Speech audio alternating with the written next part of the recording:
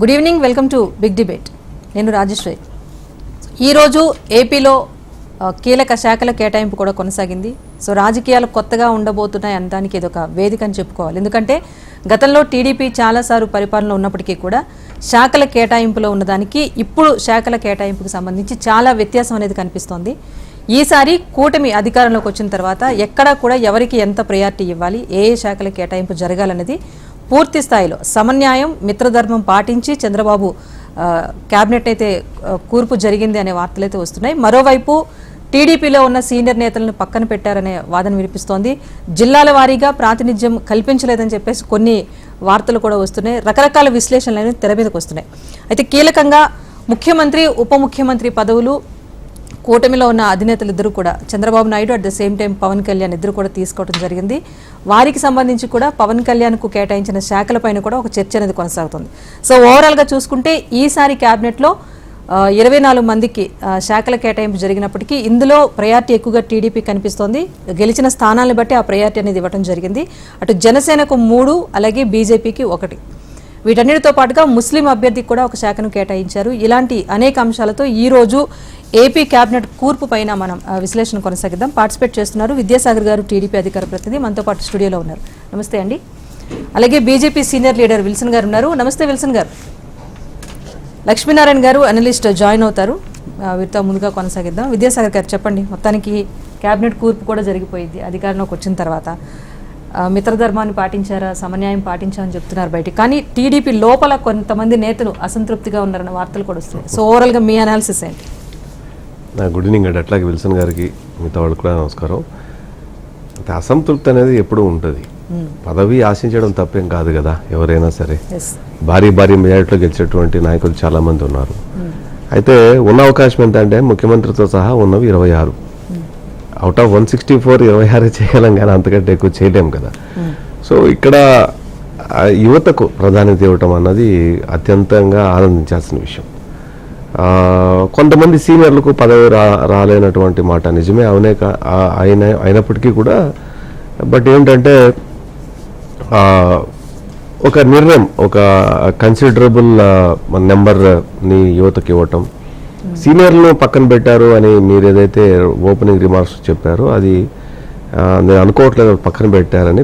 పెట్టరు కూడా, ఎందుకంటే వాళ్ళ సేవలు మరో రకంగా ఉపయోగించుకుంటారు. వాళ్ళకి ఇవ్వాల్సిన గౌరవం, మర్యాద వాళ్ళు ఖచ్చితంగా ఇచ్చి తీరుతారు. కానీ ఈరోజు జరిగే చర్చలను ఆపలేం కదా. మొదటి గెలుపు గోరెంట్ల బుచ్చే చౌదరి గారు. ఇప్పుడు చర్చ అన్నది జరుగుతుందండి. చర్చను ఎవరు ఆపలేం కదా, నెగిటివ్ ఆర్ పాజిటివ్. నేను మొదట్లో చెప్పాను, పదవి ఆశించడం తప్పు కాదు. అది మొదటిసారి గెలిచినటువంటి వాళ్ళు ఆశించడం తప్పు లేదు. ఎందుకంటే సామాజిక కోణాలు చాలా అంశాలు ముడిపడి ఉంటాయి. అట్లాగే కులాలు ముఖ్యంగా ఉంటాయి, ప్రాంతాలు ముడిపడి ఉంటాయి. ఇప్పుడు పొత్తులో ధర్మంగా మేము ఏదైతే 2 పార్టీలకు ఇవ్వాల్సినటువంటి పొత్తు ధర్మం పాటించాల్సి ఉంది కాబట్టి ఆ పార్టీకి ఇచ్చినటువంటి 3+2 3+1 4 ఇచ్చాం. సో 4 ఇంకొకటి పెండింగ్ ఉండాలి, అది ఎవరికి ఇస్తారనేది తెలియదు. సో అవుట్ ఆఫ్ 26 మొత్తం 5 వెళ్ళిపోయాయి. ముఖ్యమంత్రి పోస్టు, ఆ పోర్ట్ఫోలియోస్ ప్లస్ ఈ 4 ఏవైతే ఉన్నాయో మొత్తం 5 వెళ్ళిపోయినాయి. మిగిలింది 21. 21లో మేము ఇవ్వబోయేది ఎన్ని? అవుట్ ఆఫ్ 160 159లో ఇన్ని ఇవ్వాలి అంటే, సర్దుబాటు చేయాలి అంటే అది చాలా కత్తిమీద సామే. అది చాలామందికి వాళ్ళకు కూడా తెలుసు, మీడియా వాళ్ళు కూడా అర్థం చేసుకోగలరు. కాకపోతే ఏంటంటే రకరకాల చిన్న విషయాలు వస్తుంటాయి, పోతుంటాయి, వాటిని పట్టించుకోవాల్సిన అవసరం లేదు. వాళ్ళు కూడా రేపొద్దున వాళ్ళకు న్యాయం జరిగినప్పుడు, వాళ్ళకు సముచిత గౌరవం ఇచ్చినప్పుడు, ఆ గౌరవాన్ని స్వీకరించినప్పుడు, వాళ్ళ సలహాలు స్వీకరించి ప్రభుత్వం నడపడంలో వాళ్ళ సేవలు ఉపయోగించుకున్నప్పుడు అది కూడా ఉండదని మేము అనుకుంటున్నాం. ఇప్పుడు పెద్దగా అయితే యువతకు వచ్చినట్టు ప్రాధాన్యత ఏదైతే ఉందో అది, దాని మీద చాలామంది హర్షాతిరేకాలు ఉన్నాయి. కొంతమంది సీనియర్లు బాధపడి ఉండొచ్చు, బట్ అది పాలసీ మ్యాటర్ కింద బహుశా ఆ 3 పార్టీలు కూర్చొని తీసుకునే నిర్ణయం అనుకుంటాను. సో మా స్థాయిలో మాట్లాడే మాటలు కాకపోవచ్చు అవన్నీ కూడా. అదన్నీ ఒక ముఖ్యమంత్రి గారు, లోకేష్ గారు, పవన్ కళ్యాణ్ గారు, అమిత్ షా గారు తీసుకునే నిర్ణయం మీద మేము కామెంట్ చేసే రైటు మాకుండదు, కామెంట్ చేసే స్థాయి కూడా మాది కాదు. Okay, right. విల్సన్ గారు మీరు చెప్పండి. ఈరోజు చూసుకుంటే 17 out of 24 అంతా కూడా న్యూ కమర్సే ఉన్నారు. విల్సన్ గారు. 25. 17 మెంబర్స్ అందరూ కూడా న్యూ కమర్స్ ఉన్నారు. అందులో 10 మెంబర్స్ కూడా వెరీ న్యూ ఎమ్మెల్యేస్. సో ఒక రకమైన పాలన బాగుంటుంది, సంక్షేమంతో పాటు అభివృద్ధి కూడా అందజేస్తామని చెప్పేసి కూటమి అధికారంలోకి వచ్చిన తర్వాత వీరందరినీ సమన్వయం చేసుకుని ముందుకు వెళ్ళడం కూడా కొంత కత్తి మీద సామే అని కూడా చెప్తున్నారు. సో ఇప్పుడు ఈరోజు జరిగిన శాఖల కేటాయింపుకి సంబంధించి మీ ఒపీనియన్ ఏంటి? ముఖ్యమంత్రి గారికి పదవులు అనేది ఆయన డిస్క్రిమినేషన్ పవర్స్ ఉంటాయి. అయితే అదే సమయంలో ఇప్పుడు మిత్రులను కూడా ఆయన అకామిడేట్ చేసుకుంటూ ముందుకెళ్ళాలి. అంటే కేంద్రంలో బీజేపీ అయినా రాష్ట్రంలో తెలుగుదేశం పార్టీ అయినా. అది ముందుగా నేను మీకు అందరికీ ముందు నమస్కారం చేస్తున్నాను, ప్యానల్ లో సభ్యులకి.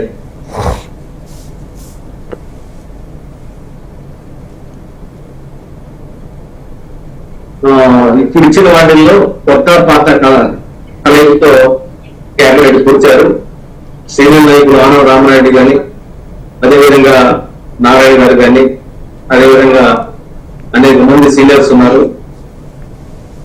చాలా కీలకమైన పదవులు ఉంచుకుంటూ వచ్చారు. అదేవిధంగా ఈ గెలుపులో ఒక ప్రధాన భాగస్వామి అనుకున్న పవన్ కళ్యాణ్ గారికి కూడా కీలకమైన శాఖలు అప్పచెప్పి ఆయన సర్వీస్ ఇంకా ఎక్కువగా రాష్ట్ర ప్రజలకు ఇవ్వాలని నిర్ణయం తీసుకోవడం జరిగింది. అదేవిధంగా భారతీయ జనతా పార్టీకి ఇక్కడ మేమైతే ఏ దేవాదాయ శాఖతో మరి సరిపెడతామనుకున్నాం. మాకు ఇచ్చింది ఒకే ఒక మంత్రి పదవి కాబట్టి ఆ మంత్రి పదవిలో కూడా ఆరోగ్య శాఖ ఇవ్వడం సంతోషదాయకం. అదే జాతీయ స్థాయిలో ఎంతో పొలిగిపడి ఉంది. రాబోయే రోజుల్లో అనేక మెడికల్ కాలేజీలు, అదేవిధంగా ఆరోగ్య వ్యవస్థ వీటన్నింటినీ కూడా పటిష్టం చేయడానికి ఆంధ్రప్రదేశ్ లో ఆరోగ్యశ్రీ లాంటి పథకాలన్నీ అదే పెండింగ్ లో రాబట్టేందుకే ఈ శాఖ ఇచ్చారనుకోవచ్చా? అదే వీటన్నింటినీ దృష్టిలో పెట్టుకొని మెడికల్ కాలేజీలు, ఆరోగ్యశ్రీ, ఆయుష్మాన్ భవ ఈ పథకాలన్నింటినీ కూడా సమన్వయం చేయడానికి ఒక కీలకమైన బాధ్యత సత్యకుమార్ గారు లాంటి సీనియర్లకి ఇవ్వడం అనేది పార్టీ పరంగా మాకు హర్షదాయకం. అదేవిధంగా రాష్ట్రానికి కూడా చాలా మేలు జరుగుతుంది. అయితే చంద్రుల మచ్చలాగా సుజనా చౌదరి గారు లాంటి వ్యక్తులకు కానీ కేబినెట్ లో అవకాశం, దాన్ని ఎక్సెప్షన్ తీసుకొని ఇచ్చుంటే ఇంకొకటి. ఎందుకంటే కేంద్ర సంస్థలు 11 సంస్థలు రావడంలో కానీ, అదేవిధంగా పోలవరం నిధులు రావడంలో కానీ, రాజధాని నిధులు రావడంలో కానీ ఆయన కేంద్ర మంత్రిగా ఉన్నప్పుడు విశేష కృషి చేసిన చరిత్ర ఉంది. కాబట్టి అది మా పార్టీ అయినా సరే, చంద్రబాబు నాయుడు గారు అయినా సరే రాష్ట్ర ప్రయోజనాల కోసం బాబు గారు కావాలంటూ కోరుకున్నారు. ఆయన కూడా అమరావతి రక్షకుడుగా అక్కడ ఎంతో పెట్టుబడి ఖర్చు, తర్వాత నాయకులను సాయం చేసి పరిస్థితుంది. అంత పెద్ద స్థాయి వ్యక్తిని మన ఎమ్మెల్యే చేసుకున్నప్పుడు మంత్రి పదవి ఇస్తే ఇంకొంచెం రాష్ట్రానికి మేలు జరిగేది అనేది నాకున్న అభిప్రాయం. దీని గురించి తెలుగుదేశం పార్టీ కానీ, మా పార్టీ కానీ, పవన్ కళ్యాణ్ అందరూ ఆలోచించి ఆయన సర్వీస్ ఎలా తీసుకోవాలో ప్లాన్ చేస్తే రాష్ట్రానికి మేలు జరుగుతుంది అనేది నాకున్న బలమైన ఒపీనియన్. కాబట్టి అది ఆ దిశగా ఆలోచిస్తే బాగుంటుంది. అదేవిధంగా ఇంకొక పదవి మిగిలింది, మంత్రి పదవి. దాన్ని ఆయన కట్టబెట్టే కూడా బాగుంటుంది నా వ్యక్తిగత అభిప్రాయం. అదేవిధంగా మా పార్టీ కూడా ఆ దిశగా ఆలోచించాలని నేను విజ్ఞప్తి చేస్తున్నాను. ఎందుకంటే రాష్ట్ర ప్రయోజనాల కోసం చంద్రబాబు నాయుడు గారిని కోరుకుంటున్నాము. అదే రాష్ట్ర ప్రయోజనాల కోసం ఢిల్లీతోటి గల్లీతోటి సంబంధాలు ఉన్న అలాంటి వ్యక్తిని మనం ప్రమోట్ చేసుకోవడం అనేది రాష్ట్ర ప్రజల అవసరం నేను భావిస్తున్నాను. ఆశించడం తప్పలేదు, మాట్లాడదామండి. లక్ష్మీనారాయణ గారు చెప్పండి. ఇంకా చాలా మంది నేతలకి శాఖల కేటాయింపు జరిగితే బాగుండేదని అభిప్రాయాలు వస్తున్నప్పటికీ సో 15% వరకే మనకి చాయిస్ ఉంటుంది కాబట్టి సో ఆంధ్రప్రదేశ్ లో యువకులకు అవకాశం ఇవ్వడం కూడా ఆశించదగ్గ విషయం. లోకేష్ గారికి సమన్వయంగా పనిచేయడానికి వాళ్ళు ఉపయోగపడతారని కూడా వాళ్ళు భావించవచ్చు. మాట్లాడదాం. లక్ష్మీనారాయణ గారు చెప్పండి. సో ఓవరాల్ గా చూసుకుంటే 23-1 మొత్తానికి కూటమిలో ఉన్న వారికి శాఖల కేటాయింపు. సో 15% ఇవ్వాల్సిన పరిస్థితి ఉంటుంది కనుక ఓవరాల్ సీట్స్ లో సమన్యాయం అనేది కరెక్ట్ గా తీసుకున్నారా? ఇప్పుడు మంత్రులు శాఖల కేటాయింపు కానివ్వండి, తీసుకునే పర్సన్స్ విషయంలో కానివ్వండి, చంద్రబాబు కొత్త తరహా కొత్త విధానం చూపించారనుకోవచ్చా గతంతో పోల్చుకుంటే? మీకు ప్యానెల్లో ఉన్న ఇతర మిత్రులకి, ప్రేక్షకులకు నమస్కారం. మంత్రివర్గ కూర్పు వివిధ కోణాల నుంచి ముఖ్యమంత్రి గారు ఆలోచించి ఎంపిక చేసుకొని ఉండవచ్చు. ఆ కూర్పులో కాస్త ఆంధ్రప్రదేశ్లో కులాల చర్చ ఇప్పుడు పెద్ద ఎత్తున జరుగుతుంటుంది. ఆ కులాల ప్రాతినిధ్యం అంటే సామాజిక తరగతుల ప్రాతినిధ్యం, అలాగే భౌగోళికంగా వివిధ ప్రాంతాలు ఉన్నాయి. రాయలసీమ, ఉత్తరాంధ్ర, కోస్తా, ఇవన్నీ కూడా దక్షిణ కోస్తా, మధ్య కోస్తా, ఇవన్నీ రకరకాల ఈక్వేషన్స్ చూస్తారు జిల్లాలతో పాటు. ఆ సమతుల్యత కూడా సాధ్యమైనంత వరకు పరిగణలోకి తీసుకున్నట్టుగానే కనిపిస్తుంది. ప్రత్యేకించి సంకీర్ణ ప్రభుత్వం 3 పార్టీలు ఉన్నాయి. 3 పార్టీలను సంతృప్తి పరచడానికి సంఖ్యరీత్యా ఒకటి పరిమితులు ఉన్నాయి. 15% అంటే 25, 26 దాటడానికి వీల్లేదు. ఒకటి ఖాళీ పెట్టుకుని 25 భర్తీ చేశారు. 175 లేదా వీళ్ళకి వచ్చిన 164 ఈ సంఖ్యలను దృష్టిలో పెట్టుకున్నప్పుడు బహుశా కులబద్ద 7 మందికి ఒకరు అనేటువంటిది నిర్ణయించుకున్నట్టుగా కనిపిస్తుంది. అందువలనే బీజేపీకి 1, 21 ఇచ్చిన జనసేనకు 3, అలాగే టీడీపీకి మిగిలినటువంటి వాళ్ళు. ఆయా పార్టీలు ఎవరిని ఎంపిక చేసుకోవాలి, మంత్రివర్గంలో పెట్టాలి అనేటువంటిది పార్టీల విషయం. ముఖ్యమంత్రి గారికి ఇప్పుడు జనసేన నుంచి ఎవరు ఉండాలి, బీజేపీ నుంచి ఎవరు ఉండాలి అనేది టీడీపీ వాళ్ళు నిర్ణయించలేరు. ముఖ్యమంత్రి అయినా బహుశా చంద్రబాబు నాయుడు గారు ఎంపిక చేసి ఉండరు, ఆయా పార్టీలో ఎంపిక చేసి ఉంటాయి. ఎందుకంటే సంకీర్ణ ప్రభుత్వంలో సఖ్యతగా అది సవ్యంగా కొనసాగడానికి వాళ్ళకే పూర్తి స్వేచ్ఛ ఇస్తారు, అలా ఇచ్చి ఉంటారు. అందువల్లనే సమస్య ఎక్కడ రాలేదు. టీడీపీలో ఎక్కువ మంది సీనియర్లు ఉండడం, గతంలో మంత్రులుగా పనిచేసి ఉండడం, లేకపోతే ఎమ్మెల్యేలుగా చాలాసార్లు ఎన్నికైనటువంటి బుచ్చయ్య చౌదరి గారు లాంటి వాళ్ళు, కళా వెంకటరావు లాంటి వాళ్ళు కొంతమంది ఉన్నారు. వాళ్ళకు రాకపోవడం అనేటువంటిది జరిగింది. సరే, కొంత సంఖ్య పరిమితి, కొత్త వాళ్ళని తీసుకోవడం, రకరకాల సమస్యలు, సంకీర్ణం, వీటి మధ్య కొంతమందికి ఉచ్చి ఉండకపోవచ్చు. కానీ భవిష్యత్తులో speaker, deputy speaker, chief whip, రకరకాల ఇతర బాధ్యతలు కూడా ఉన్నాయి కాబట్టి వాటిల్లో కొంతమందిని సర్దుబాటు చేసే అవకాశం కూడా ఉంటుందని భావిస్తున్నా. ఈ సమస్య పెద్దగా కనిపించదు. ఎందుకంటే 5 ఏళ్ల పరిపాలన దుష్ట పరిపాలన అని అందరూ భావించారు, అందరూ బాధపడ్డారు, కష్టాలు పడ్డారు, కేసుల్లో ఇరుక్కున్నారు, ఇవన్నీ కూడా చూశారు. అందువల్లనే ప్రజల తీర్పు కూడా చాలా గణనీయమైనటువంటి తీర్పు అది. ఈ బ్యాక్గ్రౌండ్ లో అసంతృప్తి అనేది అది 2వ స్థానానికి ఆటోమేటిక్ గా వెళ్ళిపోతుంది. పాలన గురించి ఆలోచిస్తున్నారు, ప్రజల గురించి ఆలోచిస్తున్నారు, రాష్ట్రాన్ని గురించి ఆలోచిస్తున్నారు. ఈరోజు శాఖల కేటాయింపు కూడా బహుశా బాగా మదింపు వేసుకునే ఇచ్చినట్టుగా కనిపిస్తుంది నాకు. ముఖ్యమంత్రి గారికేమో అపారమైనటువంటి అనుభవం, పాలనా అనుభవం, ముఖ్యమంత్రిగా బాధ్యతలు నిర్వహించిన అనుభవం అన్నది. కొత్త వాళ్ళకు కూడా కొన్ని శాఖలు ఇచ్చినప్పటికీ ఈరోజు ఆర్థిక శాఖ చాలా ఇబ్బందుల్లో ఉన్నది. ఆర్థిక ఒడిదుడుకులు ఉన్నాయి, అప్పులు ఉన్నాయి, చాలా గాడి తప్పి క్రమశిక్షణ రాహిత్యం ప్రబలిపోయింది. పయ్యావుల కేశవ్ గారికి ఇచ్చారు. ఆయన ప్రజాపతుల చైర్మన్ గా ఉండి అవన్నీ కూడా ప్రశ్నించి అధ్యయనం చేసినటువంటి వ్యక్తి కాబట్టి, అలాగే శాసనసభ వ్యవహారాలు కూడా ముఖ్యం. ఆ 2 బాధ్యతలు ఆయనకు అప్పచెప్పారు. అలాగే ఇవాళ ఇతర శాఖలు చాలా అతి ముఖ్యమైన శాఖలు ఉన్నాయి. నీటిపారుదల శాఖ అంటే జలవనరుల శాఖ భ్రష్టు పట్టిపోయింది. పోలవరం మొదలుకొని అన్ని ప్రాజెక్టులు సంక్షోభంలో ఉన్నాయి. వాటిని లెజిస్లేచర్ గా అనుభవం ఉన్నటువంటి వాడే గత ప్రభుత్వ కాలంలో ఆ సమస్యలపైన స్పందించి మాట్లాడినటువంటి వ్యక్తికే నిమ్మల రామానాయుడు గారికి ఇచ్చారు.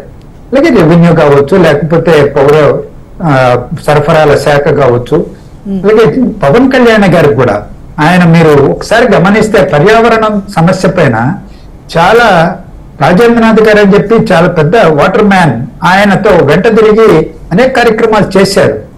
పర్యావరణ సమస్య పైన ఆయనకు అవగాహన ఉన్నది. అలాగే ఇతర శాఖలు బహుశా ఆయన కోరుకునే పంచాయతీరాజ్, గ్రామీణాభివృద్ధి శాఖ ఇవి తీసుకున్నారేమో అని అనుకుంటున్నా నేను. అది చాలా గాడి పెట్టుంది. గ్రామీణ ఆర్థిక వ్యవస్థ చిన్నాభిన్నమైంది. వ్యవసాయం, రైతులు ఆత్మహత్యలు చేసుకుంటున్నారు ఇప్పటికీ. సో ఇలాంటి శాఖలు గ్రామీణ ప్రాంత అభివృద్ధికి దోహదపడేటువంటి దాన్ని ఎంపిక చేసుకున్నట్టుగా కనిపిస్తున్నారు. శాఖల కేటాయింపు కూడా కాస్త మదింపు చేసుకునే ఇచ్చినట్టు ఉన్నది. సజావుగానే ఈ ప్రభుత్వం ముందుకు సాగుతుందని నేను ఆశాభావంతో ఉన్నాను. ఇంకొక అంశం సార్, అంటే గెలుపుకు దోహదపడిన అంశాలు అనేది మనం గతంలో చర్చించాం చాలా అంశాలు. సో తోడ్పడిన ప్రతి ఒక్కరికి కూడా ఇందులో సమన్యాయం జరిగింది అనుకోవచ్చు కేబినెట్ లో. ఎందుకంటే కాపులు బీసీలు కలవటం వల్లే గెలుపు అనేది సాధ్యపడిందని చెప్పేసి గతంలో మనం చర్చించుకున్నాం. సో ఇప్పుడు వాళ్ళ ప్రయారిటీ చూసుకున్నా కూడా 12 వరకు కూడా మినిస్ట్రీ ఇచ్చారు. సో ఇక్కడ ఈ ప్రయారిటీ ఎలా అర్థం చేసుకోవాలంటారు? బహుశా కాపులు, కమ్మలు, రెడ్లు ఇవన్నీ కూడా పెద్ద సమస్య కాదు. వాళ్ళందరికీ ప్రాతినిధ్యం లభించింది క్షత్రియులకి లభించలేదు. అది ఒక కొరతగానే ఉన్నది. రెండవది విశాఖ మహానగరం, ఆర్థిక నగరం అని కూడా ముఖ్యమంత్రి గారు అభివర్ణించడం జరిగింది. ఆ విశాఖపట్నానికి 15 మంది ప్రాతినిధ్యం ఉంది విశాఖ ఉమ్మడి జిల్లాలో. కానీ ఒక్కరికే హోంశాఖ ఇచ్చారు, ప్రధానమైన శాఖే మహిళకి ఇచ్చారు అందులో. కానీ విశాఖ నగరానికి సంబంధించి ప్రాతినిధ్యం లేదు మంత్రివర్గంలో. బహుశా ఈ ఒకటి ఖాళీ పెట్టుకునేది బహుశా అలాంటి సర్దుబాటు చేయడానికి ఉండవచ్చు. ఎందుకంటే అందరూ సీనియర్ నాయకులు ఉన్నారు అక్కడ. వాళ్ళని ఎవరు తీసుకోవాలనేది సమస్య వచ్చిందేమో తెలియదు. కొంతకాలం ఇప్పుడు ఒక టీడీపీ రాష్ట్ర అధ్యక్షుడిగా ఒకరిని తీసుకురాబోతున్నామని వార్తలు వస్తున్నాయి, ఆ విశాఖపట్నం ప్రాతినిధ్యం వహిస్తున్న ఎమ్మెల్యేనే. సో అలాంటివి కొన్ని కొంత టైం తీసుకొని సర్దుబాటు చేయడానికి ఒకటి ఖాళీగా అట్టు పెట్టుకున్నట్టుంది. అలాంటి కొన్ని కొరతలు ఉన్నాయి. సామాజిక తరగతులకు సంబంధించి కానీ, ప్రాంతాలకు సంబంధించి కానీ మరింత ప్రాతినిధ్యం లభిస్తే బాగానే ఉంటుంది. కొత్త జిల్లాలు అంటారు, కొత్త జిల్లాలకు ఒక్కొక్క 26 జిల్లాలు ఉన్నాయి. ఆ 26 జిల్లాలకు ప్రతి జిల్లాకి ప్రాతినిధ్యం ఇచ్చే అవకాశం లేదు. మొత్తం సంఖ్య 26. అందువల్ల ఉమ్మడి జిల్లాలనే కులబద్దగా తీసుకుని ఈ మంత్రివర్గ కూర్పు కూడా చేసినట్టుగా కనిపిస్తుంది. రైట్ సార్, మాట్లాడదాం. మొత్తానికైతే కేబినెట్ కూర్పులనే కాదు, శాఖల కేటాయింపులు కూడా చాలా తీవ్ర ఆలోచనలు చేసిన తర్వాతనే శాఖల కేటాయింపు జరిగిందని విశ్లేషణలు అయితే చెప్తున్నారు. రైట్, ఈరోజు కేబినెట్కి సంబంధించి అలాగే శాఖల కేటాయింపుకి సంబంధించి మనం చర్చ అయితే కొనసాగిస్తున్నాం. విద్యాసాగర్ గారు, ఒకటి అంటే జనసేనకు సంబంధించి ఇచ్చిన 3 శాఖల కేటాయింపు గురించి కూడా చెప్తున్నారు. ఇప్పుడు సార్ చెప్పినట్టుగా సమర్థతను అన్నింటిని అంచనా వేసి శాఖల కేటాయింపు జరిగిందని చెప్తున్నారు. జనసేన విషయంలో చూసుకుంటే కందులు దుర్గే గారికి కానీ, లేకపోతే మనోహర్ గారికి కానీ, పవన్ కళ్యాణ్ గారికి కానీ ఇచ్చిన శాఖలన్నీ కూడా హక్కు ద్వారా విభజన హామీలు నెరవేర్చే దిశగా ఉన్న శాఖలనే ఇచ్చారు. సో కేంద్రం నుంచి రాబట్టాల్సిన నిధుల విషయానికి సంబంధించిన శాఖల కేటాయింపు జరిగింది. ఇందులో ఏంటి స్ట్రాటజీ? ఇక్కడ చాలా క్లియర్గా ఇందాక పెద్ద మాట్లాడుతూ ఒక శాఖల కేటాయింపులో ఆలోచించడం కాదు, చాలా హోంవర్క్ చేశారు అంట నేనైతే. ముఖ్యంగా పవన్ కళ్యాణ్ గారి శాఖ ఏదైతే ఉందో, పంచాయత్ రాజ్కి సంబంధించి ఏదైతే ఉందో, అది మామూలుగా అన్నట్టు అనిపిస్తుంది. కానీ చాలా ఎక్కువ నిధులు, మ్యాక్సిమం ఫండ్స్ ఎక్కడి నుంచి వస్తాయి అంటే కేంద్ర ప్రభుత్వం నుంచే వస్తాయి. సో లోకేష్ గారికి పవన్ కళ్యాణ్ గారికి ఉన్నటువంటి connectivity with the government of BJP, central government తోటి, ఆయన ప్రధానమంత్రి మోడీ గారి ప్రమాణ స్వీకారంలో కానీ, లేకపోతే అంతకుముందు పార్లమెంట్ హాల్లో కానీ ఆయన స్థానం ఏందో అందరూ అక్కడ కూర్చున్న పార్లమెంటరీస్ అందరూ అవి విన్నారు. కాబట్టి రేపొద్దున ఈజీ యాక్సెస్ అంటే ఆయా మినిస్ట్రీస్తో ఈజీ యాక్సెస్ రావటం వల్ల ఏమైపోతుంది అంటే పంచాయతీరాజ్ వ్యవస్థకు సంబంధించి నిధులను తీసుకురావటంలో ఆయన కీలక పాత్ర పోషించే అవకాశం ఉండడానికి ఉంది. కాబట్టి ఆ కనెక్షన్లో ఢిల్లీలో ఆయన మెయింటైన్ చేయగలిగిన ఉద్దేశంతో పంచాయతీరాజ్ అండ్ ఇంకోటి ఏదో ఇచ్చారు ఆయనకి, రూరల్ డెవలప్మెంట్. అంటే ఈ రెండు కలిసి ఉన్న అంశాలు ఇవన్నీ కూడా. సో ఆల్మోస్ట్ మనం స్టేట్ రెవెన్యూలో ఒక ఎక్స్పెండిచర్లో ఎంత పెడతామంటే మోర్ దెన్ 50% ఈ రెండింటి మీదే పెడతాం. 50% ఉంటుంది రూరల్ డెవలప్మెంట్ వీటి అన్నిటి మీద కూడా. సో ఇది చాలా అతి ముఖ్యమైన శాఖ. తర్వాత లోకేష్ గారిది HRD, IT, human resource development అనేది ఇప్పుడున్నటువంటి ట్రెండ్లో మామూలు కాదు అది. ఎందుకంటే ఇన్ఫ్రాస్ట్రక్చర్కి వస్తుంది, కాలేజీలు కానివ్వండి, యూనివర్సిటీస్ కానివ్వండి, స్కిల్ డెవలప్మెంట్ కానివ్వండి, ఇవన్నీ కూడా. ఇదొకటి, ఆయనకున్నటువంటి అనుభవం, ఆయనకున్నటువంటి లాంగ్వేజ్, ఆయనకున్నటువంటి యాక్సెస్, ఇవన్నీ కూడా అదే ఆయనకు పనికి వస్తుంది. అట్లాగే మీరు కందం దుర్గేష్ అన్నారు, టూరిజం ఇచ్చారు. ఎందుకు ఇచ్చారంటే ఆయన ఈస్ట్ వెస్ట్ గోదావరి జిల్లాలో ఎక్కువ ఆయన టూరిజం ప్లస్ సినిమాటోగ్రఫీ ఎందుకు ఇచ్చారంటే సినిమా షూటింగ్లు పెరగడానికి ఉన్న అవకాశాలు కానివ్వండి, ఇంకోటి ఆ రకంగా ఆలోచించి ఇచ్చారు. ఇట్లాగా కేటగారికల్ గా గనక మీరు ఒకటి అన్నిటికంటే ముఖ్యమైన విషయం నిమ్మల రామానాయుడు గారు జలవనరుల శాఖ. పోలవరం ఉన్నదే వెస్ట్ గోదావరిలో, ఆయన ఉన్నది అక్కడే ఉన్నాడు కాబట్టి ఆయనకు ఆ శాఖ ఇవ్వగలిగితే ఆయన అక్కడ ఆల్మోస్ట్ ప్రాజెక్టుకు నియర్గా ఉండి దగ్గర కూర్చొని పని చేయించగలుగుతారు, మానిటరింగ్ బాగుంటుంది, ఈజీ యాక్సెస్లో ఉంటాడని ఉద్దేశించి నిమ్మల రామానాయుడు గారికి ఇవ్వటం అనేది. అట్లా కేంద్ర ప్రభుత్వంలో కూడా చూసుకోండి, పెమ్మసాని గారు కానివ్వండి, లేకపోతే మనకు రామానాయుడు కానీ, వీళ్ళంతా కూడా ఏంటంటే ఆల్మోస్ట్ ఒక ఏజ్ గ్రూప్లో ఉన్నవాళ్ళు.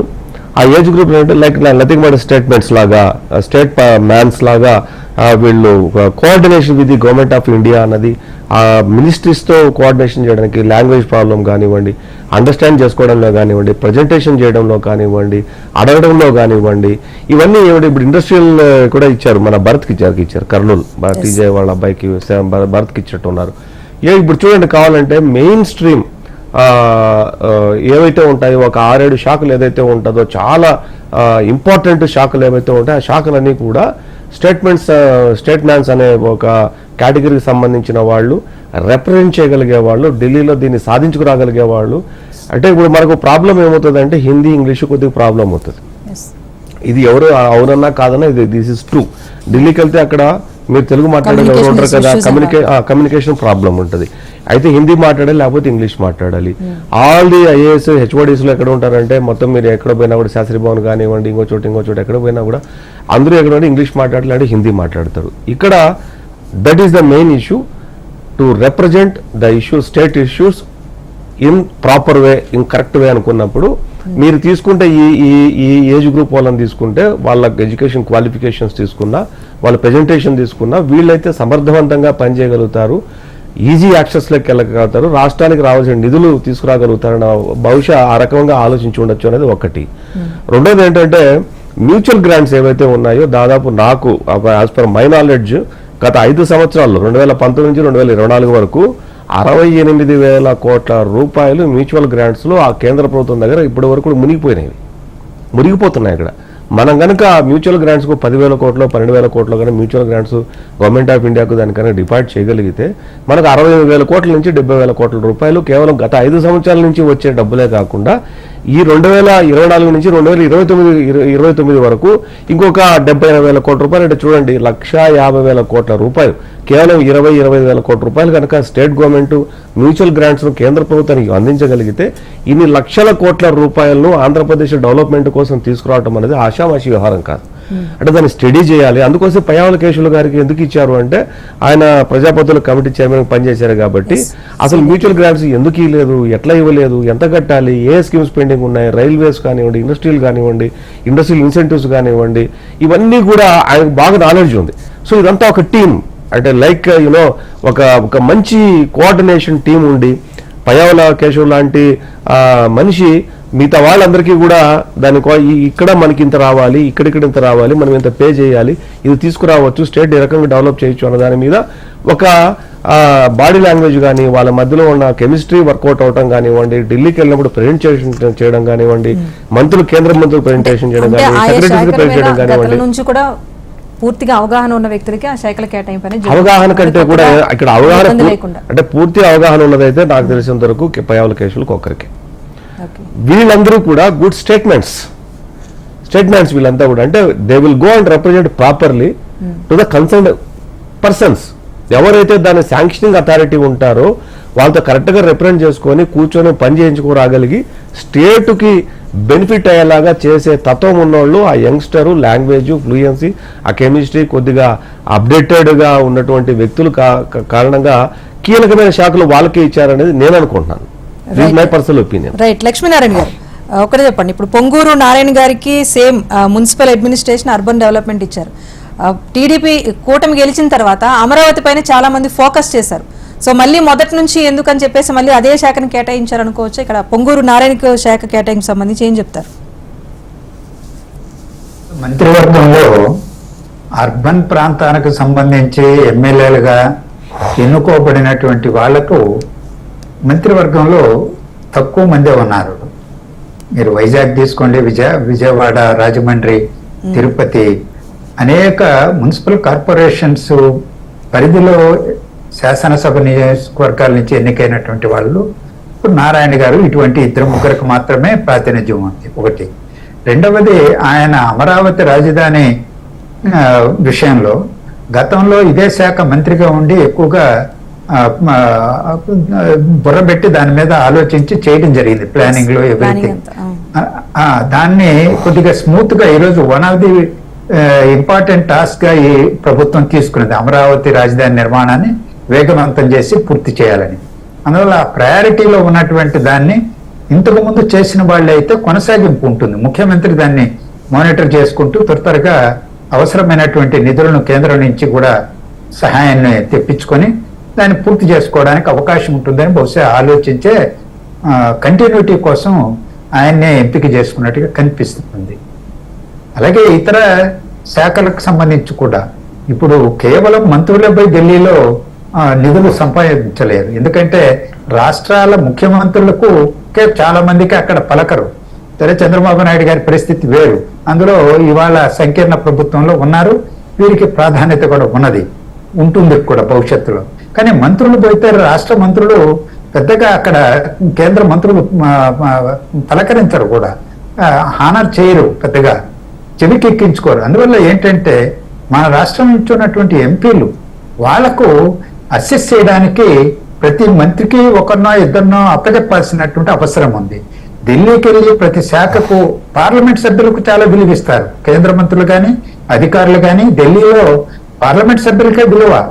అందువల్ల పార్లమెంట్ సభ్యుల్ని ప్రతి శాఖకి ఒకరినో ఇద్దరినో ముగ్గురినో ఆ యొక్క శాఖ యొక్క ప్రాధాన్యతను దృష్టిలో పెట్టుకుని అటాచ్ చేసి కోఆర్డినేట్ చేసుకునేటువంటి కేంద్ర మంత్రులతో సమన్వయం చేసుకుని నిధులు రాబట్టేటువంటి విభజన చట్టంలో ఉన్న వాటికి అనుగుణంగా నిధులు సంపాదించుకోవడానికి, పనులు చేయించుకోవడానికి రాష్ట్ర ప్రభుత్వం, ముఖ్యమంత్రి గారు అటువంటి ఏర్పాట్లు చేయాలి. అప్పుడు వీళ్ళెద్దరూ ఎందుకు, చాలా మంది కొత్త వాళ్ళే, మీరు అన్నట్టు 17 మంది కొత్త వాళ్ళు శాసనసభకే కొత్త, మరి ఢిల్లీకి ఇంకా కొత్త. భాష ఒక్కటే సరిపోదు, భాష ఉంటే సరిపోతుందా? సరిపోదు, సంబంధాలు కావాలి, ఆ శాఖల పైన పట్టు ఉండాలి, అవగాహన ఉండాలి. ఎవరెవరి దగ్గర నుంచి ఏ విధంగా ఏది తీసుకొచ్చుకోవడానికి అవకాశం ఉందో వాళ్ళకు స్పష్టమైనటువంటి అవగాహన, రూట్ మ్యాప్ ఉండాలి. అవన్నీ చేయడానికి కూడా ముఖ్యమంత్రి గారు వాళ్ళకు కోచింగ్ ఇస్తామన్నారు, ఏదో శిక్షణ ఇస్తామంటున్నారు, పని విధానానికి సంబంధించి అన్ని కూడా మంచిదే. అలాగే పార్లమెంట్ సభ్యులను కూడా వాళ్ళకి శాఖల వారిగా అటాచ్ చేసి మన రాష్ట్రానికి గరిష్ట స్థాయిలో కేంద్ర ప్రభుత్వం నుంచి సహకారాన్ని తీసుకోవడానికి అవసరమైనటువంటి ఏర్పాట్లు చేసుకుంటే అది ప్రయోజనకరంగా ఉంటుంది.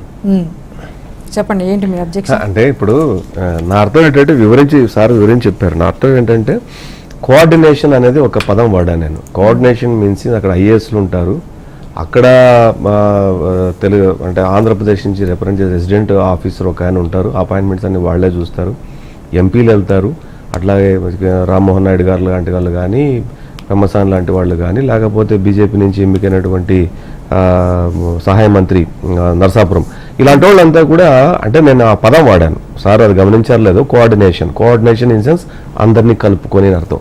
అంటే కాకపోతే ఏంటంటే ఆ శాఖలో స్టేట్స్కి సంబంధించి అతను is important.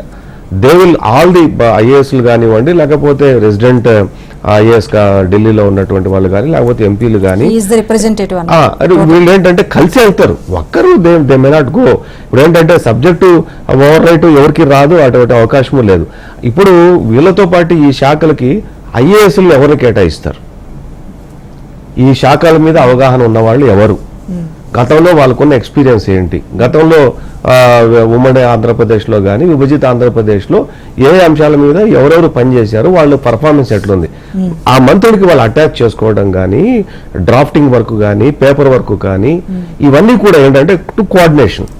Not only the ministers, ఆయన ఒకడే వెళ్తాడని కాదు, కోఆర్డినేషన్ జరుగుతుంది నా ఉద్దేశం. అది రైట్. విల్సన్ గారు చెప్పండి. అంటే శాఖల కేటాయింపులో ఇందాక మనం చెప్పినట్టుగా జనసేనకు బీజేపీకి సంబంధించి కేంద్రం నుంచి రావాల్సిన విభజన హామీల విషయం కానివ్వండి, లేకపోతే కొన్నింటికి సంబంధించి నిధుల సమీకరణ బాధ్యతను పర్టికులర్గా ఈ రెండు పార్టీలకు అప్పగించారంటున్నారు. దీనిపైన ఏం చెప్తారు? నిధుల సమీకరణ అనేది ఖచ్చితంగా చేసుకోవాల్సిన అవసరం ఉంది. దానికి తగ్గ వాళ్ళని ఖచ్చితంగా ఎంపిక చేసుకొని ఆ పనిలో పెడితే ఇంకా మరింత మెరుగైన ఫలితాలు వస్తాయి. చంద్రబాబు నాయుడు గారు పెట్టిన టీంలో అయితే ఇంకా కొంతమందిని ప్రమోట్ చేయాల్సిన పని అవసరం ఉంది. ఇక్కడ కొంత రామకృష్ణ కావచ్చు, జనసేన, ఇక్కడ బీజేపీ నుంచి సునీనా గారు కావచ్చు. ఎందుకంటే రాష్ట్ర అభివృద్ధి దృష్టిలో పెట్టుకొని కొంతమంది ప్రమోట్ చేస్తే బాగుండేది. అది ఆ దిశగా ఎందుకో ఆలోచన చేయలేదో నాకైతే అర్థం కాలేదు.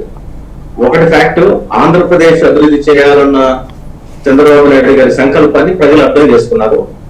ఒక మ్యాసివ్ గా ప్రజలు ఓటు రూపంలో మరి ఒక ప్రవాహంలాగా ఉత్తుంగ తరంగాలుగా వేసిపడ్డారు. ఈ ప్రవాహానికి జగన్మోహన్ రెడ్డి గారు కొట్టుకుపోయారని సందేహం లేదు. అదే సమయంలో దళిత మహిళగా మరి గతంలో సుచరితకు అవకాశం ఇచ్చిన హోంమంత్రిగా గతంలో మరి తాగేటి వనిత గారికి ఇచ్చిన, ఇప్పుడు అనిత గారికి ఇచ్చిన, వాళ్ళు ఫెయిల్ అయిన దగ్గర ఇప్పుడు అనిత గారు సక్సెస్ అవుతారు నేనైతే భావిస్తున్నాను. నేచురల్ గా ప్రొడ్యూసర్స్ నేచర్ ఉండి దళితులకు సంబంధించిన హక్కుల కోసం మాట్లాడే వ్యక్తిగా, వాళ్ళ ఆత్మగౌరవాన్ని ప్రొటెక్ట్ చేసే వ్యక్తిగా ఆమె గౌరవం సంతోషదాయకం. అదేవిధంగా చంద్రబాబు నాయుడు గారు ఇప్పుడు 5 హామీల మీద ఆయన సంతకాలు పెట్టారు. ఆ రోజు కూడా ఎస్సీ కార్పొరేషన్ పథకాలు రద్దు చేస్తే ఆ పథకాల పునరుద్ధరణ వైపు కూడా ముఖ్యమంత్రి గారు వెంటనే స్పందించి జగన్మోహన్ రెడ్డి గారు ఏదైతే రద్దు చేశారో ఆ పథకాలు తిరిగి పునరుద్ధరణ చేస్తే బాగుంటుందనేది నా భావన. అదే సమయంలో ఆంధ్రప్రదేశ్ లో ఇప్పుడు ఏదైతే అమరావతి ఉందో, అమరావతి విషయంలో ఇందాక కృష్ణారెడ్డి గారు అన్నట్టు పూర్తి అవగాహన ఉన్న నారాయణ గారికి అప్పచెప్పడం కూడా ఒక పాజిటివ్ సిగ్నల్ ఇస్తుంది. తద్వారా కొంత మేలు జరుగుతుంది. బాలవీరాంజనేయులు గారికి కూడా ఆయనకి మరి సోషల్ వెల్ఫేర్ మినిస్ట్రీ ఇవ్వడం జరిగింది. ఆయన గతంలో వైసీపీ ఆడవాళ్ళుగా ఎదుర్కొన్న పరిస్థితి ఉంది. ఇవన్నీ చూసుకున్నప్పుడు ఏంటంటే చంద్రబాబు నాయుడు గారు ఆచి తూచి అడిగేశారని కూడా అర్థమవుతా ఉంది. అయితే అందరినీ సంతోషపెట్టడం, అందరినీ సంతోషపరచడం అనేది సాధ్యం కాదు. కొంతమంది సీనియర్స్ కి బాధ ఉంటే ఉండొచ్చు. వాళ్ళని కూడా కూర్చోబెట్టి వాళ్ళు కూడా విల్సన్ గారు, పోనీ మీ పార్టీనే కేంద్రంలో గుర్తించిన ఒక మతానికి ఎక్కడ ప్రయారిటీ ఇచ్చారు? ముస్లిం ఎన్ఎండి ఫరూక్ గారికి మినిస్ట్రీ ఇచ్చారు లా అండ్ జస్టిస్ సంబంధించి. దీని ద్వారా ఎలాంటి సంకేతం పంపించాలనుకుంటున్నారు అనుకోవచ్చు? మా పార్టీలో వాళ్ళ కోసం ప్రత్యేక అవకాశాలు అనేక మందికి ఇచ్చారు. అబ్బాస్ నకీ గారికి కూడా ఇచ్చిన పరిస్థితి ఉంది. అదే సమయంలో మేము ముస్లిం, క్రిస్టియన్, హిందూ అని కాకుండా దేశ అభివృద్ధికి ఉపయోగపడే వాళ్ళని ఖచ్చితంగా ప్రమోట్ చేస్తాం. మాకు ఆ వర్గీకరణ లేదు. ఇక్కడ ఇచ్చినంత కూడా మేము అభినందిస్తున్నాం. అందులో మాకేం ఒక మాట లేదు. సీనియర్ లీడర్ గా న్యాయశాఖ మంత్రి ప్లస్ మైనార్టీ సంక్షేమం గారు ఇవ్వడం కూడా మొదలవం. కాబట్టి వాళ్ళకి ఇంకా అవకాశాలు రావాల్సిన అవసరం ఉంది. రావాలని నేను కోరుకుంటాను. అందులో సందేహం. ఎందుకంటే సమాజంలో వాళ్ళు కూడా బాగుంది. క్రిస్టియన్స్ కావచ్చు, ముస్లిమ్స్ కావచ్చు, సమాజం నుంచి వాళ్ళని వేరు చేయాల్సిన అవసరం లేదు. అందరూ ఆ భాగస్వామ్యాన్ని కంటిన్యూ చేయాలి. అదేవిధంగా సామాజిక ఫలాల పంపిణీలో కూడా వాళ్ళ పాత్ర వాళ్ళకు ఉండాలి. ఆ దిశగా చంద్రబాబు నాయుడు గారు చేసిన ప్రయత్నాన్ని కూడా మేము ఆహ్వానిస్తాం. అందులో మేము మాట్లాడాం. అదే సమయంలో మా ప్రయత్నం మేము చేసుకుంటా ముందుకెళ్తాము. అందులో ఇంకా సందేహం పడాల్సిన అవసరం లేదు. కేంద్రం నుంచి ఎన్ఎస్ఎఫ్డిసి పేరుతో మరి దళితులకు నిధులు వస్తాయి. ఎన్ఎస్కేడిసి పేరుతో పారిశుద్ధ్య కార్మికులకు నిధులు వస్తాయి. అలాగే ఎన్బిఎఫ్డిసి పేరుతో బీసీలు నిధులు వస్తాయి. అదేవిధంగా మైనార్టీలకు సంబంధించిన నిధులు వస్తాయి. వీటన్నింటినీ కూడా గతంలో జగన్మోహన్ రెడ్డి గారు డైవర్ట్ చేసిన పరిస్థితి ఉంది. ఇప్పుడు ఆ డైవర్టిఫికేషన్ లేకుండా డైరెక్ట్ గా వాళ్ళ నిధులు వాళ్ళకి ఇస్తే చాలు. ఆయన వచ్చిన నిధులన్నీ కూడా అమ్మఒడి పేరుతో, జగన్ దీని పేరుతో డైవర్ట్ చేసిన పరిస్థితి ఉంది. అది కాదు ఇప్పుడు కావాల్సింది. ఇప్పుడు ఖచ్చితంగా వాళ్ళకి ఏదైతే కేంద్ర ప్రభుత్వ సహకారం ఉంటుందో ఆ నిధులు వాళ్ళకే చేరాలి. వాళ్ళకి చేరితే ఆటోలు కానీ, టెంట్ హౌస్లు కానీ, కార్లు కానీ, భూపూర్వ పథకం ఇలాంటివన్నీ కూడా అమలు చేయడానికి అవకాశం ఉంటుంది. అమలు చేసే దిశగా ఆయన మీద ఆశ పెట్టుకున్నారు కాబట్టి ముందుకెళ్లాల్సిన పరిస్థితి ఉంటుంది. ఆయన ఎప్పుడైతే మెగా టీఎస్ ఇచ్చారో కూడా నిరుద్యోగులకు కూడా, ఎందుకంటే బొత్స సత్యనారాయణ గారు, జగన్మోహన్ రెడ్డి గారు చేసిన పని ఏంటంటే రేషనలైజేషన్ పేరుతో 5వ క్లాస్ వరకు నా స్కూల్ చాలా ఎత్తేసిన పరిస్థితి ఉంది. ఆ ఎత్తేయడం వల్ల గతంలో చాలా టీచర్ పోస్టులకి మిగిలిపోయి ఇప్పుడు అక్కడ దానివల్ల ఏమైందంటే మా అమ్మఒడి పేరుతో డబ్బులు వస్తున్నాయి కాబట్టి గ్రామాల్లో ఉండే కాన్వెంట్లు పెరిగిపోయి వాళ్ళు ఆ కాన్వెంట్కి వెళ్ళడం మొదలైంది. వాస్తవానికి ప్రభుత్వ రంగంలో మనకి 5వ క్లాస్ వరకు స్కూల్ ఉంటే తెలుగు మీడియంలో చదువుకుంటే వాళ్ళలో జ్ఞానాభివృద్ధి కూడా ఉంటుంది. ఆ దిశలో భాషాభివృద్ధి కోసం కూడా చంద్రబాబు నాయుడు గారు మరింత శ్రద్ధ వహించి మరి ఏదైతే 5వ క్లాస్ వరకు మరి తెలుగు మీడియం ఉందో ఆ తెలుగు మీడియాన్ని ప్రొటెక్ట్ చేసుకోవాల్సిన అవసరం ఉంది. భాష అంతరించిపోయిన తర్వాత మాట్లాడుకోవడం, భాషా సంరక్షణ అనేది చాలా పెద్ద బాధ్యత. అది రాష్ట్ర ప్రభుత్వం కూడా ఒక బృహ సంకల్పంగా తీసుకొని ముందుకెళ్తారని మేము భావిస్తాం. రైట్, మొత్తానికి అయితే శాఖల కేటాయింపు పైన మనం చర్చ అయితే కొనసాగిస్తాం. లక్ష్మీనారాయణ గారు మీరు చెప్పండి, అటు పార్లమెంట్లో సెంట్రల్లో చూసుకుంటే కనుక ఎక్కడ అసలు 80 లక్షల పైచీలకున్న మైనార్టీకి సంబంధించి ప్రాతినిధ్యం వహించే వ్యక్తి లేరు. బట్ స్టేట్ విషయానికి వస్తే ఇక్కడ రాజకీయాలు లేరు. ఏపీలో ఇప్పటికీ వైసీపీకి ఆ మైనార్టీది ఉంది కనుకనే ఇక్కడ ముస్లిం ప్రయారిటీ కింద ఎన్ఎండి ఫరూక్ గారికి ఇక్కడ శాఖను కేటాయించారనుకోవచ్చా? మినిస్ట్రీ పదవి ఇస్తూ ఒక సందేశాన్ని ఏమైనా చంద్రబాబు పంపించారనుకోవచ్చా? టీడీపీ ఆవిర్భావం నాటి నుంచి కూడా వాళ్ళు ఎప్పుడు అధికారంలో ఉన్నా ముస్లిం మైనారిటీ ప్రాతినిధ్యాన్ని ఎన్నికల్లో ఎంపిక చేసి నిలబెట్టడం, మంత్రివర్గంలో ప్రాతినిధ్యం కల్పించడం, అలాగే 4% రిజర్వేషన్లు ముస్లింల్లో వెనుకబడినటువంటి తరగతుల వాళ్ళకి 4% రిజర్వేషన్లు కూడా ఇవ్వడం జరిగింది, సమర్థించడం జరిగింది. ఈనాడు కూడా సమర్థిస్తున్నారు. అందువల్ల ఆంధ్రప్రదేశ్లో, అది ఉమ్మడి ఆంధ్రప్రదేశ్లో కానీ లేదా విభజన జరిగిన తర్వాత ఆంధ్రప్రదేశ్లో కానీ తెలంగాణలో కానీ ఆ 2 రాష్ట్రాల్లో కూడా మైనారిటీలకు సముచిత ప్రాధాన్యత ఇవ్వడం జరుగుతున్నది.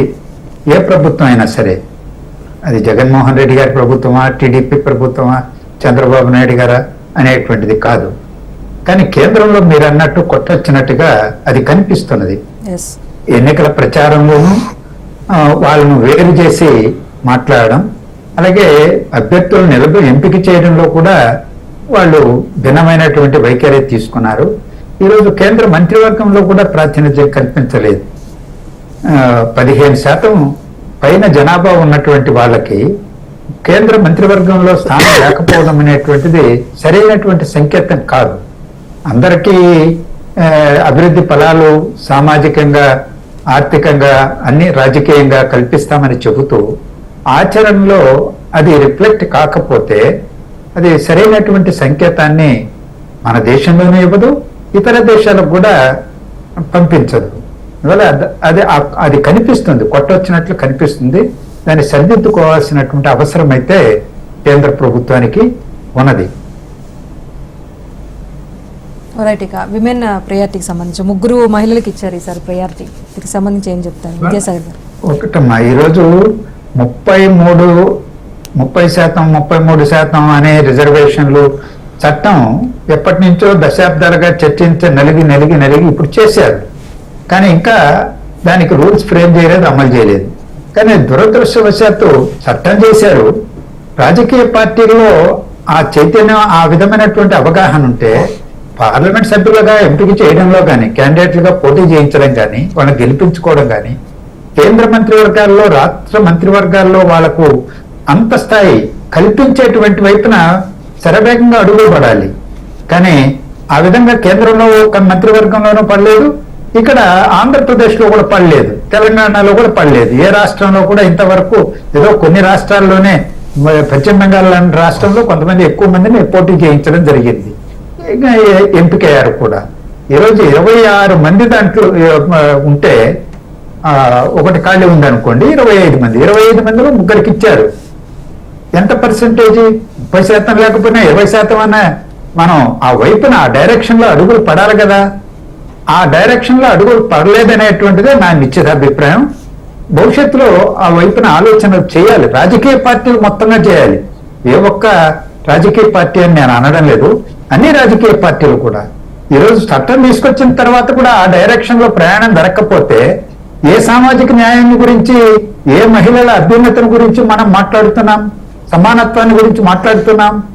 అందువల్ల ఆత్మవిమర్శ చేసుకోవాల్సినటువంటి అవసరం రాజకీయ పార్టీలకు ఉన్నది. రైట్, విద్యాసాగర్ గారు చెప్పండి. అంటే ఏదైనా చట్టం చేసిన తర్వాత మెల్లగా స్టార్ట్ అవుతుంది ఏది కూడా. ఇప్పుడు మనది భారతదేశం అన్నది మనకు స్వాతంత్రం వచ్చి ఇంకా 76-77 ఏళ్ళు అయింది.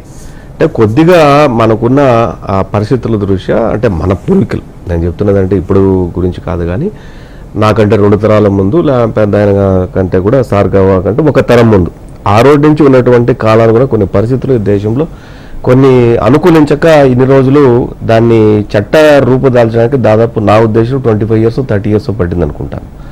ఈరోజు చట్టం రూపుదాల్చడానికి అంతటా సమయం పట్టినప్పుడు అది ఇప్పుడు పాలకులు తప్పు కాదు, అది అది అప్పుడు పాలకులు తప్పే.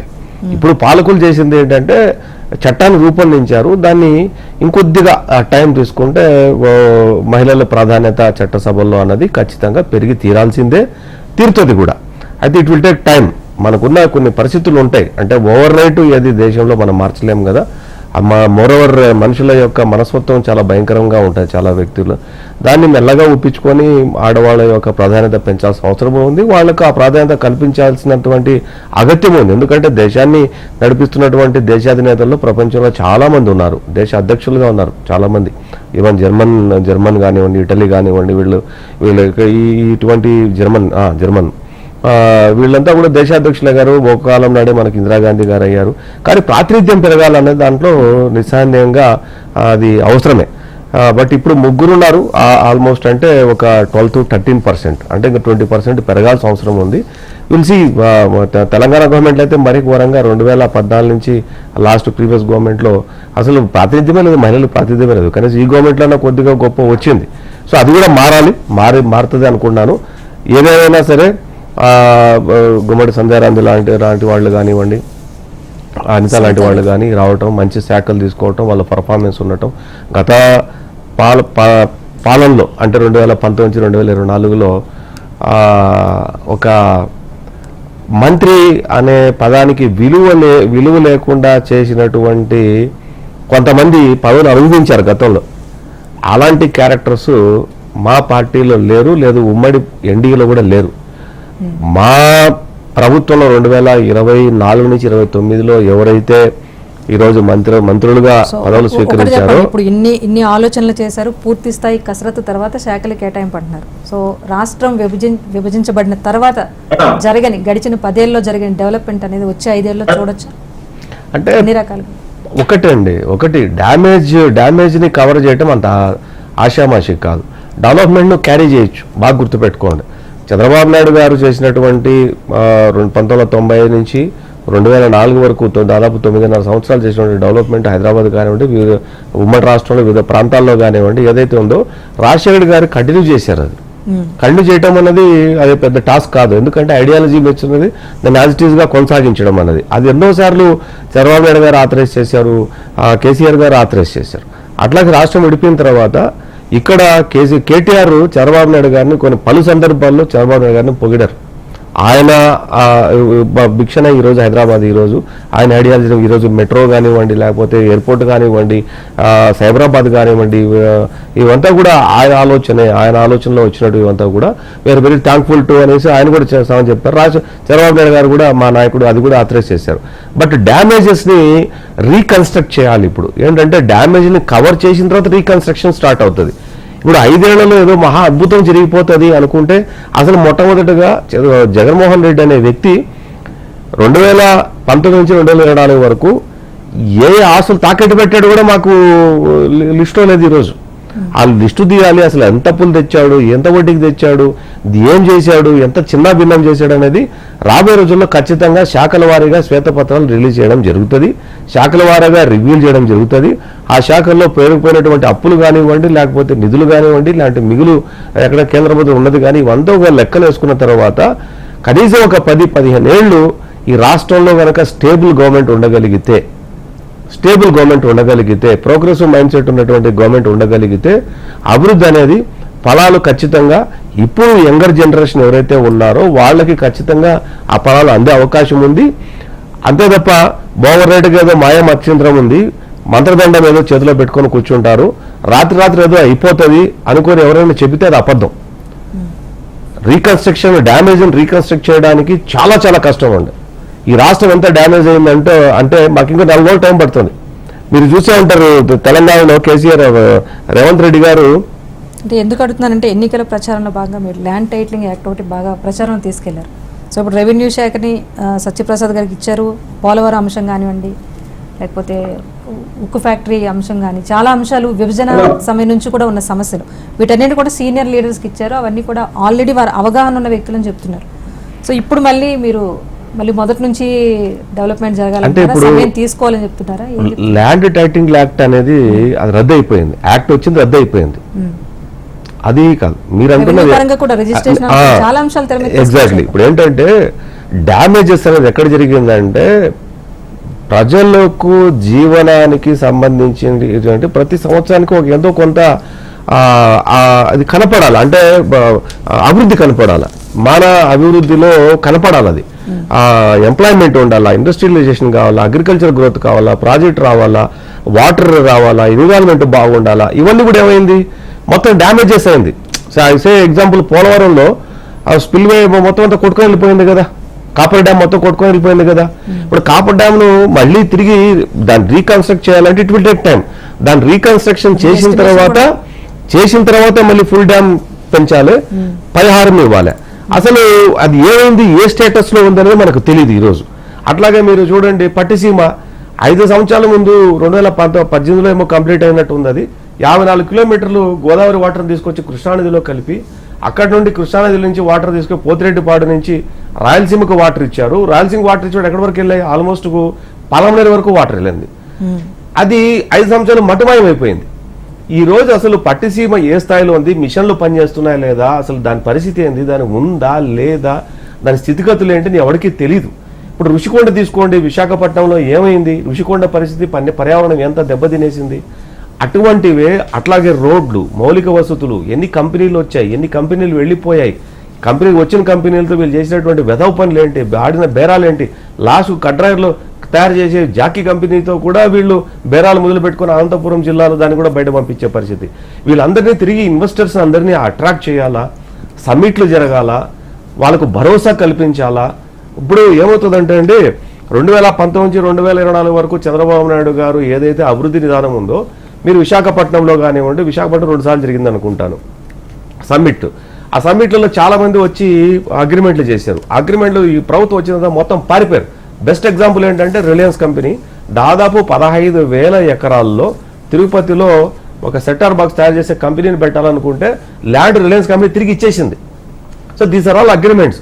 ఇవన్నీ ఏంటంటే తిరిగి ఇన్వెస్టర్స్ బ్రెయిన్లో ఇది ప్రభుత్వం కంటిన్యూటీ ఉంటుంది, ప్రజలకు మేము ఏం చేస్తాం, మీరు వచ్చి మీ ఇన్వెస్ట్మెంట్ పెడితే ఆ ఇన్వెస్ట్మెంట్కు గ్యారంటీ ఉంటుంది, ఎంప్లాయ్మెంట్ బాగుంటుంది, మీకు కావాల్సిన ఇన్సెంటివ్స్ మేమైతే ఇస్తాము, రాష్ట్ర ప్రజలకు కావాల్సింది, రాష్ట్ర యువతకు కావాల్సింది ఎంప్లాయ్మెంట్ కావాలా, మీరు కల్పించాడని చెప్పేసి భరోసా కల్పించడము, నమ్మకం కల్పించడము అన్నది ఎంత కష్టం అంటే మామూలు విషయం కాదు. ఒకసారి ఒక మనిషికి ఒక ఇన్వెస్టర్ మీద భయం అయిపోతే రాష్ట్ర ప్రభుత్వం ఒకవేళ మారితే ప్రభుత్వం అనుకుంటే తను ఎప్పుడు ఇక్కడ ఆంధ్రప్రదేశ్లో వచ్చి ఇన్వెస్ట్ చేయడు.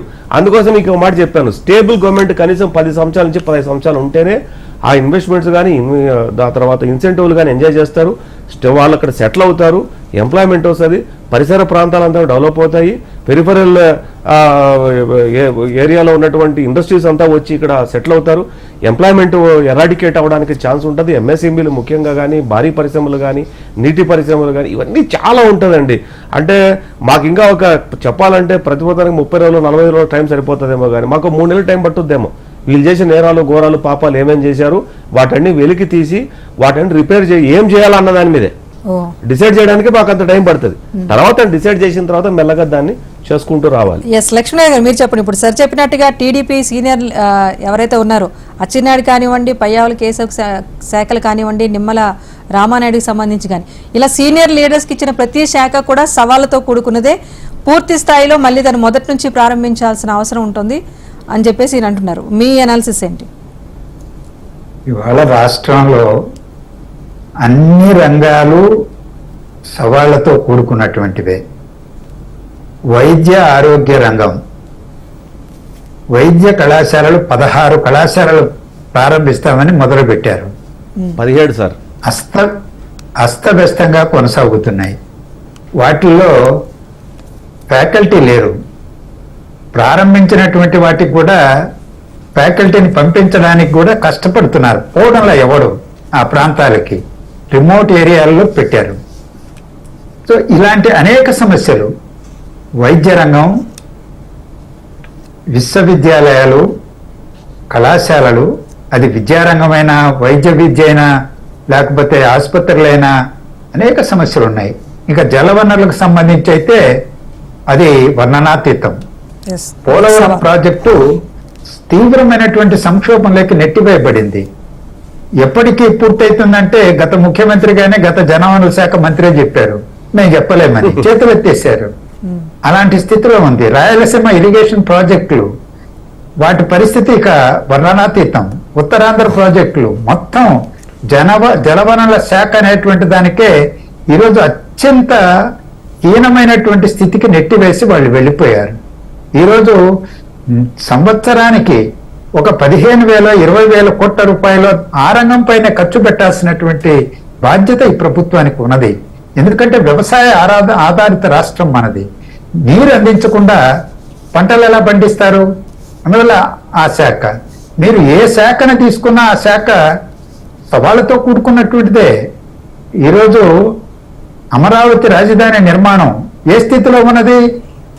ధ్వంసం చేసి వదిలిపెట్టి వెళ్ళిపోయారు. ఈ రోజు దాన్ని కంప చెట్లు కుట్టేయడం మొదలు పెట్టారు. కంప చెట్లు కుట్టేసే దాంట్లో క్లీన్ చేసే దాంతో మొదలు పెట్టాల్సి వచ్చింది. అంటే ఈ విధంగా ఏ శాఖం గురించి మాట్లాడుకోవాలనుకున్నా కానీ మనం చాలా మాట్లాడుకోవాలి. క్యాపిటల్ ఇన్ఫ్రాస్ట్రక్చర్ మీద ఇంకో డిబేట్ పెడదాం సార్, అది పెద్ద టాపిక్. పెట్టండి అమ్మా, మంచిది పెట్టండి. అందువల్ల ఏ శాఖ అప్రధానమైంది కాదు, ప్రతి శాఖ సవాళ్లతో కూడుకున్నదే. ఈ రాష్ట్ర అభివృద్ధిలో వాటన్నింటికి సముచిత భాగం ఉన్నది. ఈరోజు పర్యాటక కేంద్రం ఒక శాఖ తీసుకోండి, సినిమాటోగ్రఫీ తీసుకోండి. విశాఖ ఎంత గొప్పది! సినిమా ఇండస్ట్రీని అభివృద్ధి చేయొచ్చు కదా. ఒకప్పుడు చెన్నైలో ఉండేది, మద్రాసులో. హైదరాబాద్ కు తీసుకురావడానికి అనేక ప్రయత్నాలు చేసి రాయితీలు ఇచ్చి తీసుకురావడం జరిగింది. ఈ రోజు హైదరాబాద్ ఎంత ప్రయోజనం పొందుతున్నది? ఎందుకు? వాళ్ళందరూ కూడా మూలాలు ఇక్కడ ఉన్నటువంటి వాళ్లే కదా. విశాఖపట్నాన్ని ఎందుకు డెవలప్ చేయకూడదు? సముద్ర తీరం అన్నది 940 కిలోమీటర్లు. అందువల్ల పర్యాటక రంగం, సినిమాటోగ్రఫీ, ఏ రంగం మీరు తీసుకోండి, దానికి ఉండాల్సినటువంటి ప్రాధాన్యత ఈ రాష్ట్రంలో ఉన్నది. చెప్పండి సార్కి ఇంకో మాట యాడ్ చేస్తాను నేను. ఏంటంటే అసలు ఆక్వా రంగము ఎంత సర్వనాశనం అయిపోయిందంటే 945 కిలోమీటర్ల కోస్టల్ ఏరియా కలిగినటువంటి అత్యంత పొడవైన కోస్టల్ నుంచి ఎక్స్పోర్ట్స్ ఆల్మోస్ట్ 40% ఫాల్ డౌన్. 40%. ఇప్పటికిప్పుడు పూర్తిగా మీరు అన్నట్టుగా ఒక 6 నెలల తర్వాత ఇవన్నీ వస్తాయి అంశాలన్నీ కూడా. శాఖల కేటాయింపు జరిగింది కనుక తప్పకుండా మాట్లాడదాం. ఎస్ సార్, మొత్తానికి అయితే థ్యాంక్ యూ లక్ష్మీనారాయణ గారు, విద్యాసాగర్ గారు అండ్ విల్సర్ గారు, థ్యాంక్ యూ సో మచ్ అండి డిబేట్లో పార్టిసిపేట్ చేసినందుకు. ఓవరాల్గా చూసుకుంటే సామాజిక న్యాయం, సమన్యాయం, అలాగే మిత్రధర్మం కూడా పాటించి ఈరోజు శాఖల కేటాయింపు జరిగింది. కేబినెట్ కూర్పు సంగతి సరే, మరి అభివృద్ధిలో ఎవరికైతే కీలక శాఖలు కేటాయించారో వారందరూ కూడా సవాళ్లను ఫేస్ చేసి ముందుకు వెళ్లి పాలన సాగించాల్సిన పరిస్థితి కూడా ప్రస్తుతం ఉంది. మరి భవిష్యత్తులో చూడాలి పరిణామాలు ఎలా ఉంటాయో. ఇది ఇప్పటి debate. Keep watching HM TV. వార్త ఆగదు, నిజం దాగదు.